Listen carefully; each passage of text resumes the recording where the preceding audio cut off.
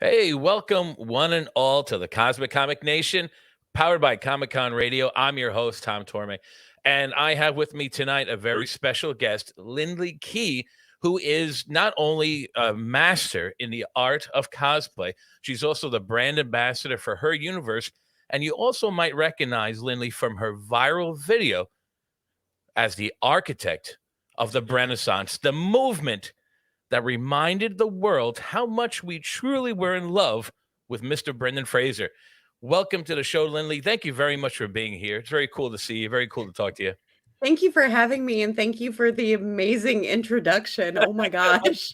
My pleasure. My pleasure. I mean, I have been following you for a while. I think I mentioned earlier off camera, I'll pretend like there was a green room. In the green room, I had met you on a Zoom conference where we were all meeting to talk to a Universal monster expert on special effects. And Mhm. it really just opened my eyes to how many amazing, talented people were out there and what people were doing with social media. I think that was maybe 2 or 3 years ago at this point. Yeah, Uh, it was definitely, pre-Panorama. right. Yeah. Um, Right. I remember that. Yeah. pre-pan Yeah. Yeah. That's good. But yeah, we were talking to one of the visual effects artists who worked on The Mummy and The Mummy Returns. Oh, yes. It was a good time. It was a I, really good time. It was. It really was. And God bless your memory. I knew I was talking to someone. I can't recall any other details. I knew it was a human being. That much I knew. That Uh, that is true. He Thank was you. a Yeah, human being. that's a credit to my memory. Yeah, you were amazing then, and you're amazing now, and you yourself have come a long way. But before you made it to the Big Apple, you started as a wee bitty little Lottie, all the way back down in South Carolina, right? That's Home right. of, I don't know, home of Pepsi and Krispy Kreme, and you guys were the first in flight. But then you moved out. Would you mind telling us what started the journey from South Carolina, and what made you take flight and end up all the way here in the Big Apple? Well, grew up in North Carolina, but lived in South Carolina from like high school and college. And I went to school for musical theater. And after I had graduated and had a couple professional contracts under my belt, I was like, it's New York or bust, baby." So it was just time to make the move and live out that dream. And I have an amazing family and support system at home who helped me get here. And I moved and never looked back. Oh no, Been and here. you've been here. This is going on 9 years, 8 years. You've been living in New York City. Yes, it'll be 9 years in July that it'll be the 9 year anniversary. Wow, Whew, wow. it's a long time. It is a long time, but you know what? New York is a better place with you in it, and there's so many things to do. And you are a theater fan, a fan of Broadway, and so you've been going to the shows, and you've been you fell in love with it, I assume, before you came to New York, and now in New York Yes. you get to experience it more often. Do you what was the last show you saw? The last show I saw, and it is a show I have seen many times, was The Phantom of the Opera. I Yeah. got to go to the 35th anniversary performance, and it Wow. was it was a lot of fun. And what makes that one so special to you as opposed to seeing? I mean, the last one I saw, I think it was King Kong. Oh no, Harry Potter. My son took me to. I took my son. Ooh, Yeah, yeah. nice. I did get to see King Kong in that very limited time. That was I'm very jealous because I missed out on King Kong and I well, wanted to see it.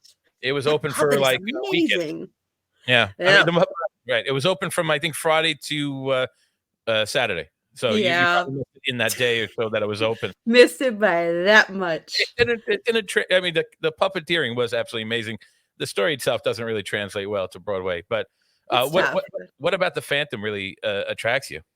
So, The Phantom of the Opera was the story and the musical that really made me fall in love with musical theater. Growing up in, like, a very rural town, we had one community, theater, company, but other than that, we didn't get a lot of theater, Mm. and so I would have to rely on, like, movie musicals, And back in 2004, when the trailer for Phantom of the Opera came out, I thought it looked like the coolest thing in the world. But again, small town, that movie didn't play in a whole bunch of theaters, so it wasn't playing in my hometown. But I really wanted to see it. I had got the soundtrack and annoyed my parents with it. I'm sorry, mom and dad. I'm so sorry. But one day there was some winter weather and we were heading to church. But then my parents drove past church. I was like, wait, where are we going? And they said church was canceled because it was snowing.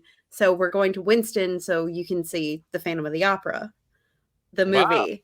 Oh, Um, that's a pleasant surprise. a very pleasant surprise. And so we went, and then later I got to see it on Broadway. And I remember during the curtain call, I was sobbing at the end of watching that show. My mom looks over to me and says, did you think it was that sad? I was like, no, mom, like this is what I want to do. I want to act. I want to, I love the story. I would love to play this part. And it just hit me. So Phantom is what made me really fall in love with musical theater, and that's why it's so special to me. Oh, understandable. I mean, that's if you're gonna choose one, that's it. It could have been King Kong, so you definitely right. You definitely It's got it's a solid standby choice. and how about the world of cosplay? I mean, you are masterful at it. I mean, your costumes. I see videos of not only and pictures of you not only in the cosplay, but also the creation of it. What drew you into this world?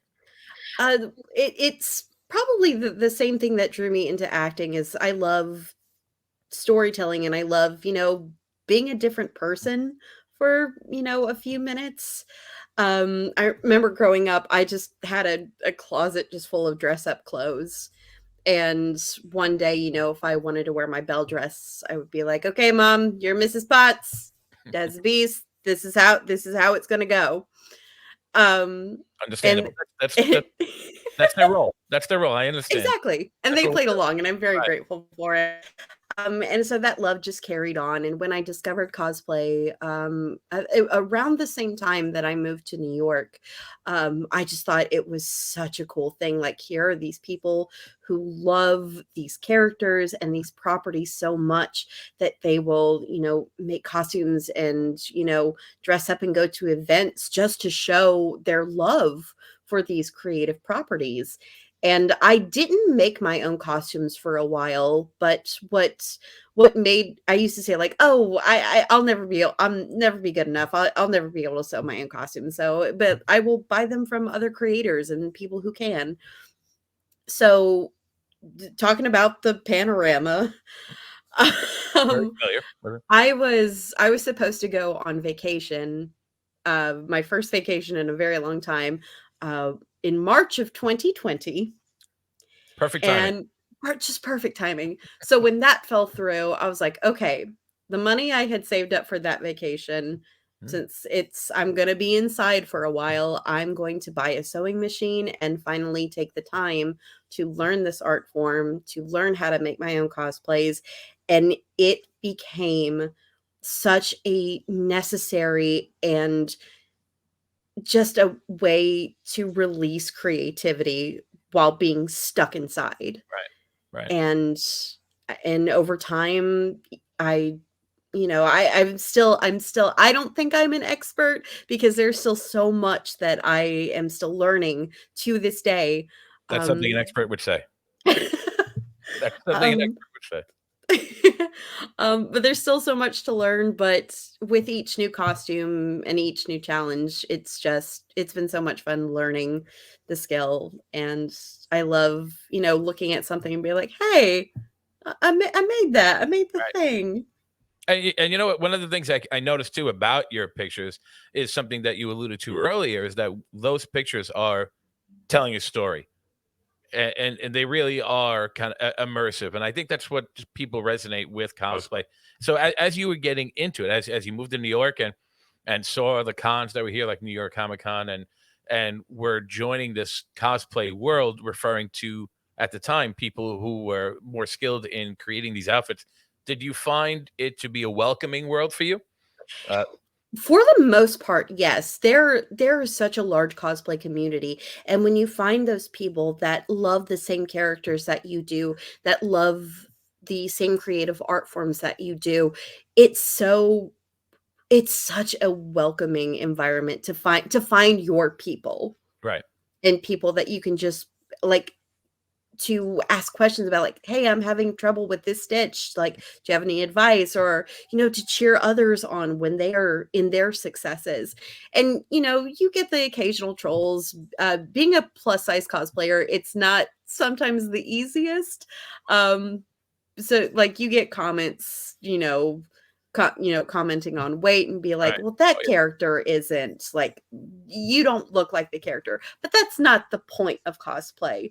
The point of cosplay is it's supposed to be open for anybody and everybody to show their love for characters and stories that have meant the world to them, no matter what they look like, no matter who they are, no matter what their skill level is. Um, and so, but for the most part, it's been a very welcoming community.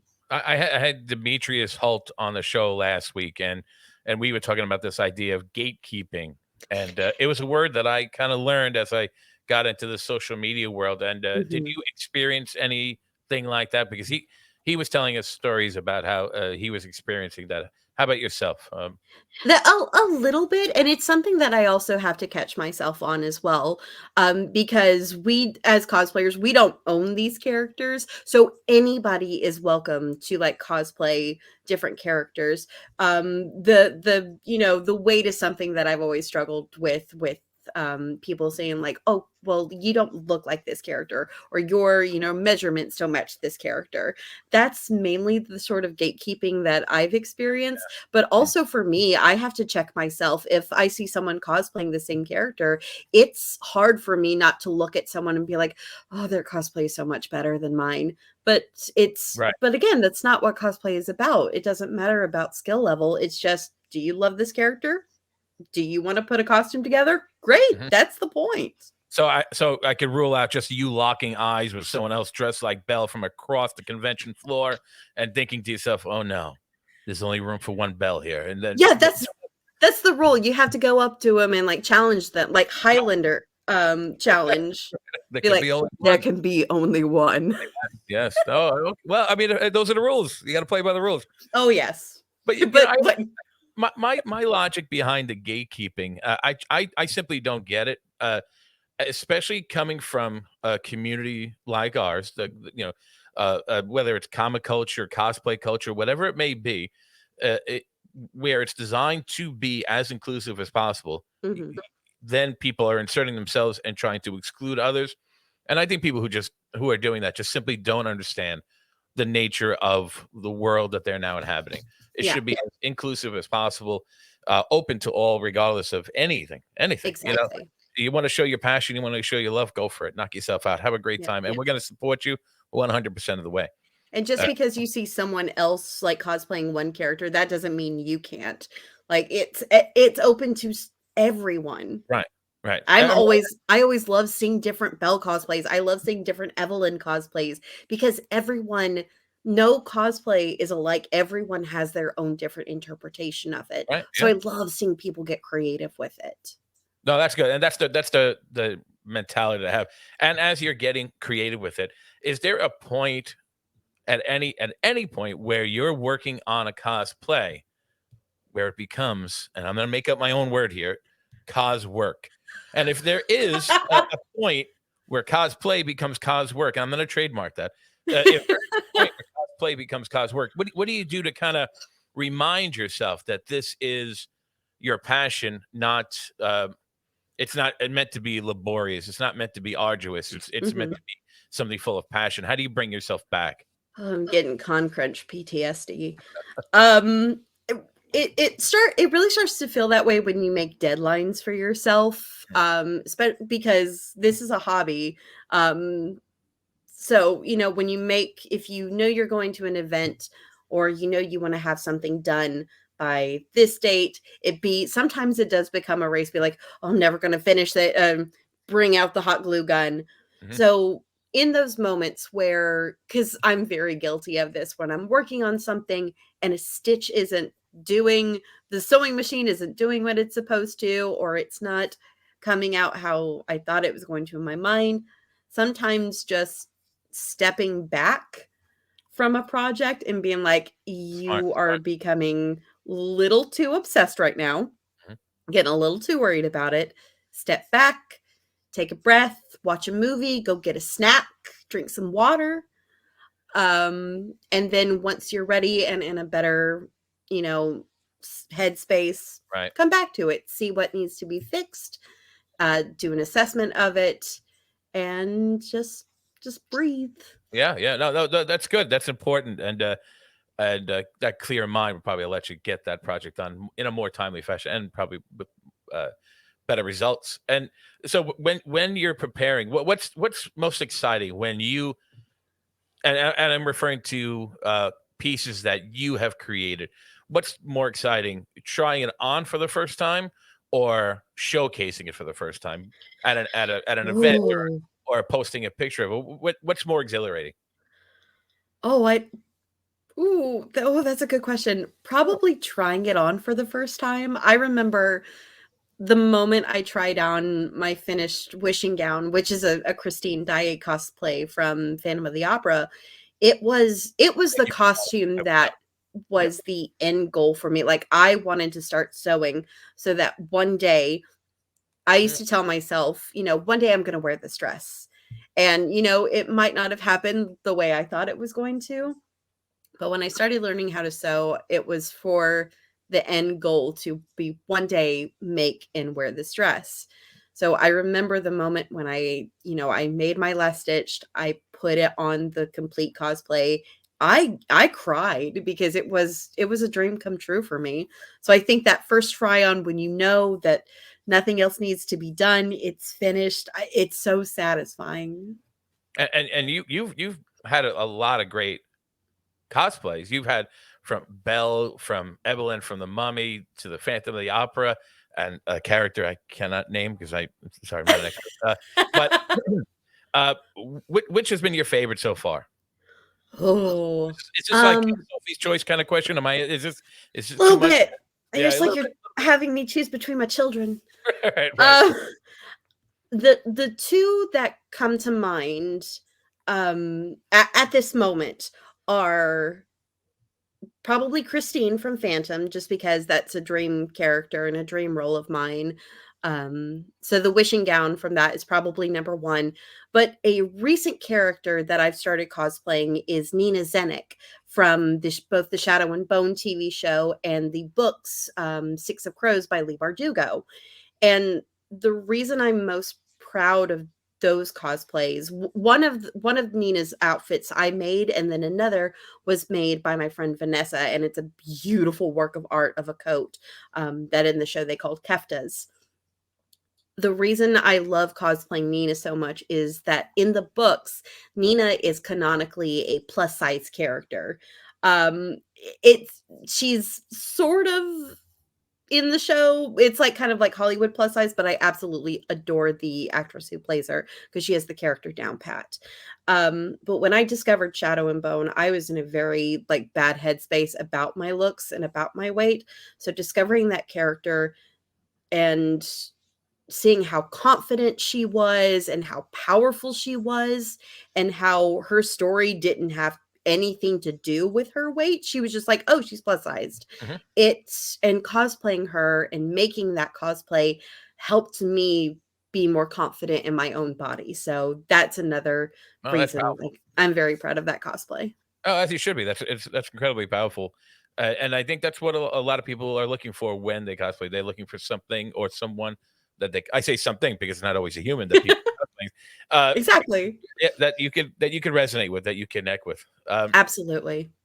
So of the characters, especially the Phantom, and your love of theater is well documented. If anyone has seen your Instagram accounts or seen your TikToks, your love of theater is well documented. And as you mentioned earlier, you've seen Phantom more times than uh, the the average New Yorker, I would imagine. I've seen it a lot.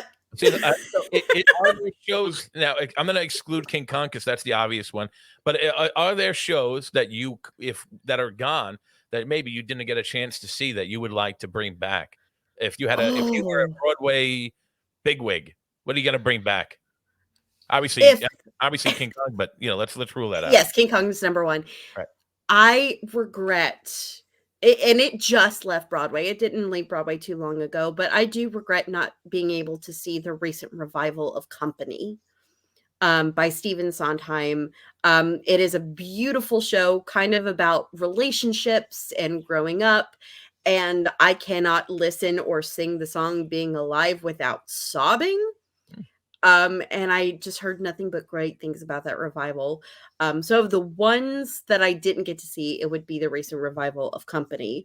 Um, if it was a show that I have seen that I want to be brought back, I will never stop singing the praises of A Gentleman's Guide to Love and Murder. Uh, It Okay. it's a fantastic, it's hilarious. It's very much a dark British comedy, so go check out that musical. It's really, really good. I'm gonna nod my head through most of these. Unfortunately, I'm born and bred here in New York, but I'm not as knowledgeable about Broadway as I should be. That's okay. I was done with Spider-Man: Turn Off the Dark. Oh, I did see that one. I actually Oh, have a you did? friend who was in that show. Well, was he? I hope he wasn't Spider-Man. They went. No, he was in the ensemble and he was Oh, fantastic, but was that? I did go see that show. It was on a school trip, so Oh, everyone wow. else went to go see something else, but me and my one of my professors who was in charge of like lighting and tech and our set design in our theater department, we because we're both nerds, we went to go see Spider-Man and we had a great time. Oh gosh, I'm glad you actually got to see it. I didn't get to see it. It seemed like every time I wanted to go, they were going through a different Spider-Man. They went through Spider-Man like my kids go through socks. I mean, they getting hurt. They kept getting hurt. Those poor little guys just swinging into the crowds. God bless their little hearts. Eh, it was a dangerous show, but It I was think dangerous. everyone's okay now, so Uh, that's the important thing. uh, but I guess we have to thank George Santos for that. He recently came out and said I saw credit for that. that. But Playbill's article about it was George Santos is yeah, claiming that he was a producer on Spider-Man: Turn Off the Dark. right. He was I, not. I mean, I don't understand what he's. Listen, God help us, anyone listening to this. Listen, I don't want to talk politics too much, but what a weird thing to take credit for. It's like saying, you know what I did? Of all I captained the Titanic. That was me. I captained the Titanic. I mean, like, what are you doing? What are you doing? of all the shows to take credit for, I know. Yeah. that's an interesting pick. Yeah. Remember that physical and financial disaster? That was me. You're welcome, everyone. What a weird thing. Uh, but, Exactly. yeah, but uh, when did you arrive in New York? 9 years ago. So that put, It, yeah, 9 years in July. Yeah, so you missed. I'm sorry to say, Mr. Brendan Fraser on Broadway for I 12 know. I years. know. He was in, and I'll just lie and tell you, it was my favorite musical of all time, Elling, which I now know the name of, and I know so many things about. I just don't want to talk about it right now because I don't know anything about it. But uh, if you could take that glorious man that is Brendan Fraser and put him in your favorite plays, what would you cast him as? In my favorite play? Yeah, Oh, or any play really. I probably shouldn't have put the word favorite. I'm gonna yeah. roll back the word favorite. A roll back. I'll get into Throwback the oh, now I've got We're Back. That if throwback for anyone who remembers We're Back the Dinosaur Story Oh yeah, animated movie. That's immediately where my brain went. Don Don Um, Don Bluth. Don yeah, it Bluth. was Don Yeah. Bluth. Yes. Yeah. And John Goodman was in it. Anyways, but the one that comes to mind, I know there was a recent they just did To Kill a Mockingbird on Broadway. I think he would be a good Atticus Finch. Okay. Yeah. Yeah, yeah, so that's the one that's coming to my mind. I'm more of a musical person, so I don't know about Brendan's singing abilities. Um, I'm sure he's lovely. I'm sure it's great. Right. Um, but play-wise, yeah, let's give him Atticus Finch from To Kill a Mockingbird. Good choice. Great, Yeah, yeah. great story. I've never seen the play, but I've seen other adaptations of it. And it's so talking about things that are well documented. Your adoration of Brendan Fraser is not only well documented, it went viral. It was Yep. everywhere. And I swear to goodness, I remember as it was happening saying, "Oh my God, I was on a Zoom call with her." And now she's everywhere, everywhere. And that I'll just say that two words, well, maybe three words that stand out in my mind are "aw shucks, ma'am." And would you mind explaining not only what those words mean, but how in the world you became an I'll just say international sensation with this viral video. I mean, I'm sure it was everywhere for weeks on end. Uh, and uh, and you became the architect of the Brenaissance, the Brendan Fraser. Excuse me. I have to fight the urge to say Fraser. No, yeah, uh, As an Outlander fan who is so used to Jamie Fraser, I have to be like, no, it's Fraser, Fraser. Fraser. Um, so the way that this happened, and it just completely happened by just random circumstance. It was again, it was during the pandemic times. Hmm? I was on Facebook and I had been following GalaxyCon Live, who had been doing these like virtual meet and greets with different celebrities. I'd seen it, but I'd never seen someone that I was, really like not excited, but no one that was like, okay, let's do this. Right. And then Excited enough to arrange for a meet and greet. exactly, Right. because I needed to spend more money on fabric. Um, Sure. but then I see an advertisement for it. He was scheduled for the very next day. It Mhm, was for Brendan Fraser, and I never the only big con that I go to is New York Comic Con. mhm, Um, and I'd never seen him come to a convention before. And so my mind was like, he he was in so many movies that made up my childhood. The Mummy was such an important movie to me, like just, shaping who I was as a kid and into adulthood. That's If very I that's evident in your amazing Evelyn cosplay. oh, thank you. Um, but I was like, if I don't do this, I'm gonna regret it because when else am I gonna have the chance to speak to Brendan Fraser, who may or may not have been my first childhood crush. I thought Anyways, I thought it said, Brendan Fraser was your first childhood crush, right? That did sound yeah, right. Okay, yep, that's okay. yeah, We'll count that. yes, yep, yeah. Legal admission, we're getting confirmation. It's confirmed. It's confirmed. Delete this podcast. So it was scheduled for the next day, and I was going on a picnic with a friend of mine. So I was like, okay, I can do this time. And chose my time, and I will never stop singing the praises of GalaxyCon and their live process because it was so well done. I had never done a virtual meet and greet like this before. So what they did is that they send you a link around the time that your meet and greet is for, before you are brought into like the virtual room with the celebrity. They have a technician who comes on and will check your video quality, your sound quality, just to make sure that you're getting your money's worth. That's So impressive. like it's very impressive. So I was so impressed and I'll never shut up about how great it was. Um and I slightly cosplayed, not I didn't go full cosplay, but Mhm. I did like a slight Evelyn cosplay. But when the time came, he showed up and the first thing he says to me was, "Evelyn, the years have been good to you." Very And the sweet. man brought props. Before your time really begins with the person, they'll take like a photo. And so for our photo, he pulls out a rose and like takes the picture, like looks like he's handing me the rose. He had a hat change, and he was very gracious with his time, and it was just lovely to speak with him, Right. and it's a memory I will cherish forever. And and then I went to my picnic and told my friend about it. And after your time is done, GalaxyCon will send you a recording of the video itself. So you don't have to screen record. Like, you Right. get to keep your video for no extra cost. And so the next day I was like, I had posted a video on TikTok about, doing the thing, and it blew up a little bit. So I was like, okay, maybe I'll post the like just a snippet. I don't think I'll ever post the full video, because one, I didn't think this would get the attention that it did. So I want some of the video just to be for me, just to be a memory Smart for move. me. Sure, sure. Um, Makes sense.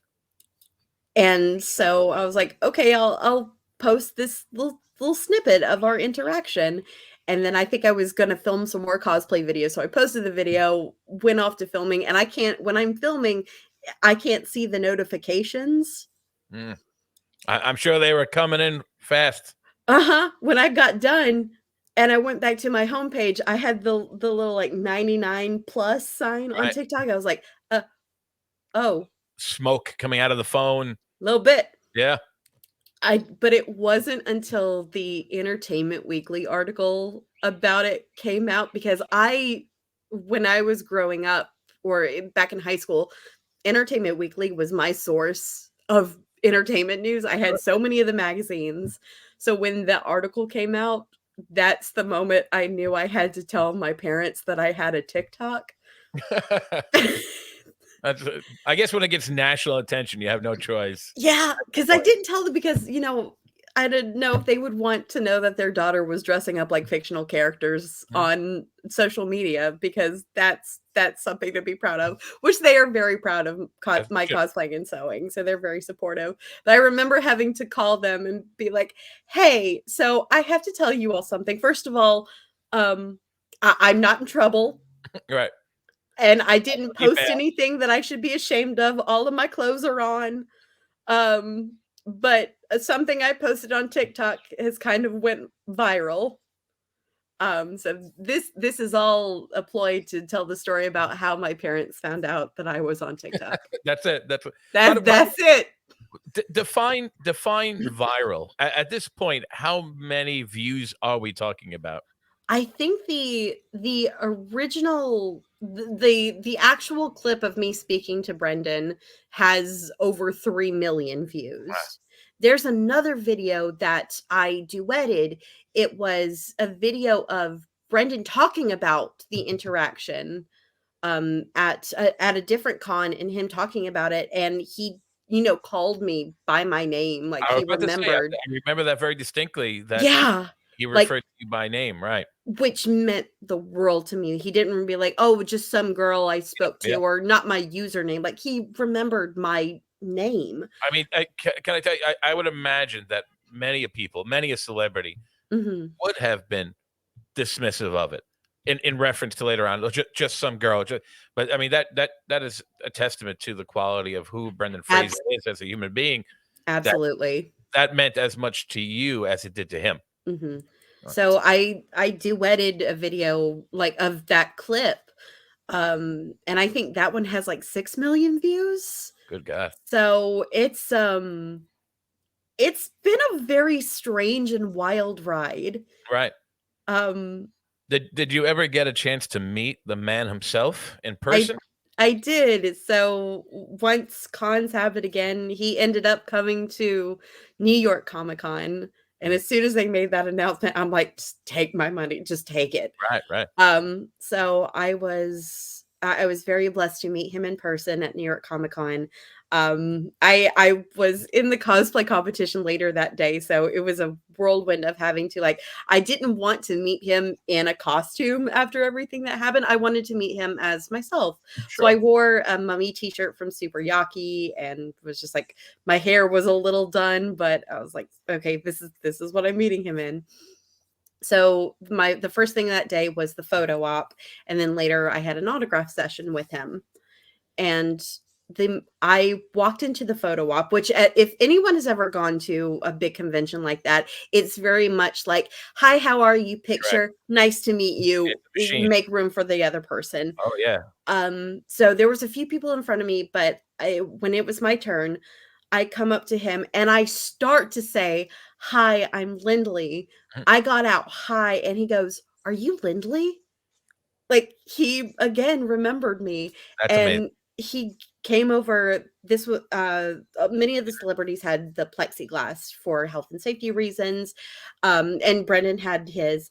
He came around the plexiglass, gave me the biggest hug, and we both just shared, like, how nice it was to meet each other in person, and instead of doing the picture, like, separated by the plexiglass, like, we got to take a picture together, which is again a very special memory. And then later at the autograph table, we got to talk a little bit more, and I remember telling him, I was like, there would be a lot of people online if I did not remind you how wonderful and how loved you are. And he looks at me and goes, "That's because of you. Like, I know that because of you." And ah, that That's meant a lot to me. I mean, that is truly amazing. That is Yeah. yeah, that is so powerful. And he is right. I mean, Brendan Fraser did not disappear off IMDb, No. but from the general consciousness, from a lot of people's minds, and going through his own personal demons, he had a rough road. So I'm sure having someone like you express their appreciation for his work, for his character, his human character, must have meant so much to him. Must have meant the world to him at a time like that. I So I hope so. And, oh, like, yeah, to be honest, like, I did not come up with the term Renaissance. That is not a term I coined, and I don't take credit for the Renaissance at all, because I think this is coming from him, putting himself back out there, getting these amazing roles like in The Whale and the upcoming Killers right. of the Flower Moon. So the Renaissance is all because of him. I'm just I'm just lucky enough to have a very small part of it. Oh, that's very humble from the No, but architect of it's the true. Renaissance. It's I understand. true. It's true. It is true. You're absolutely right. But I mean, he's a quality actor. He's a quality human being. So absolutely. But I do think that your encounter with him, your video, that video that was seen by millions of people, reminded everybody who may had forgotten that they did love the guy. They loved his work, and like you said, his movies were such an important part of so many people's childhood, so many people's Yeah. lives, Yeah. and that speaks a lot to you. I know you're being you are very humble and deservedly you do deserve credit for much of what has taken place.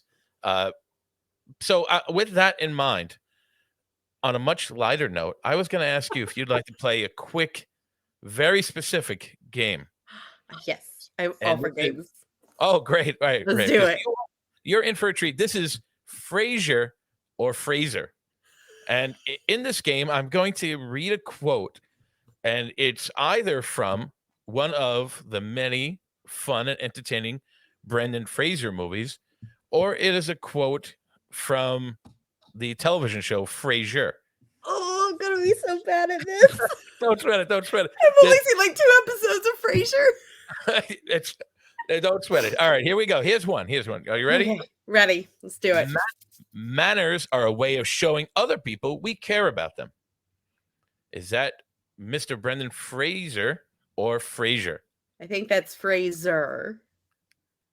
You're absolutely right. That is Brendan Fraser. You're absolutely right. Hey! Would you happen to recall what That movie blast that from the is? past. Blast from the Past. That's That right. sounds so blast from that. His character is like very. Adam, right? Adam, yes. Yes. Oh, Yes. it's Oh, such right. a Adam and cute Eve, right? movie. Yeah. All right. Here we go. Number 2. Okay. No pressure. No pressure. Don't worry. 6 million people will not be watching this. Don't worry. Don't worry. Here we go. Not one more deceitful word. Your tongue can open a wine bottle. Oh, that's Frasier. That's Yes. got to be Oh, Frasier. that's distinctively Frasier, right? Yeah. I don't. Okay, here we go. I only gamble with my life. Rick Never O'Connell. my money. Oh my That God. is I that is like the most Rick O'Connell quote. All right.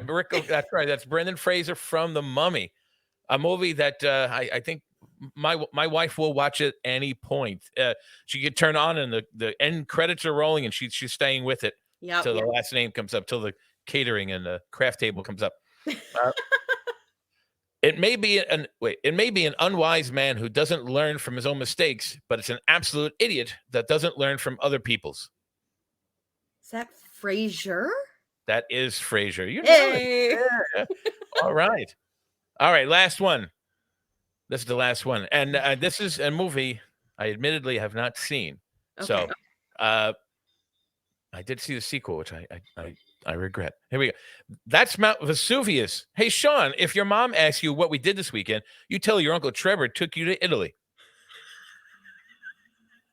Fraser. That's right. That's Brendan Fraser. Fraser. Yep. And that is from Journey to the Center of the Earth, where I guess he played Trevor. But he was replaced by The Rock unceremoniously in the sequel, Journey to the Center of the Earth. Me too. Yes, I got to put the 2 up, right? Because it's a no. Because this is the early 2000s. That's right. But right. that's also a very 90s thing. Yes. Like Jungle 2, Jungle. Uh-huh. What should we do? Should we think of a title? Nope. Just replace a word with a 2 on it. That's right. That'll do. That'll do. You have been amazing. And I'm sure not only do people, if they haven't seen Lindley Key, if they haven't seen your viral video, I'm sure they'll want to. Is there a way that we can explore, follow along as you're going further and further into the world of cosplay and musical theater? Is there a way we could find you on social media? Yes. So I am on TikTok at Little Lottie Cosplay. That's Lottie. It's a Phantom of the Opera reference because I definitely don't like that show. I'm on Instagram at just Little Lottie. My cosplay handle is what it is because Little Lottie was taken, so I just slapped on cosplay at the end of it. I don't tweet much, but if you want to follow me on Twitter, I'm Little Lottie 91. And I did notice earlier today that the Aw Shucks has made its way into your handle on. That's the right term. I think that's the right term for Twitter handle. I did notice that Aw Shucks had made its way into your handle. It's something I don't think will ever leave me, and I don't want it to. I just thought that was it's so adorable. Oh, it is. It's truly special, and so are you. And I really wanted to thank you for taking the time to talk to me. You are an amazing human being, and you've been a great guest. So thank you very much for joining me, guys, ladies and gentlemen. That was Lindley Key, and I'll put all her links in the bio below. Thank you very much for your time. This was the Cosmic Comic Nation. I've been Tom Torme. Thank you guys very much. Be well and stay safe, and I'll see you all next time.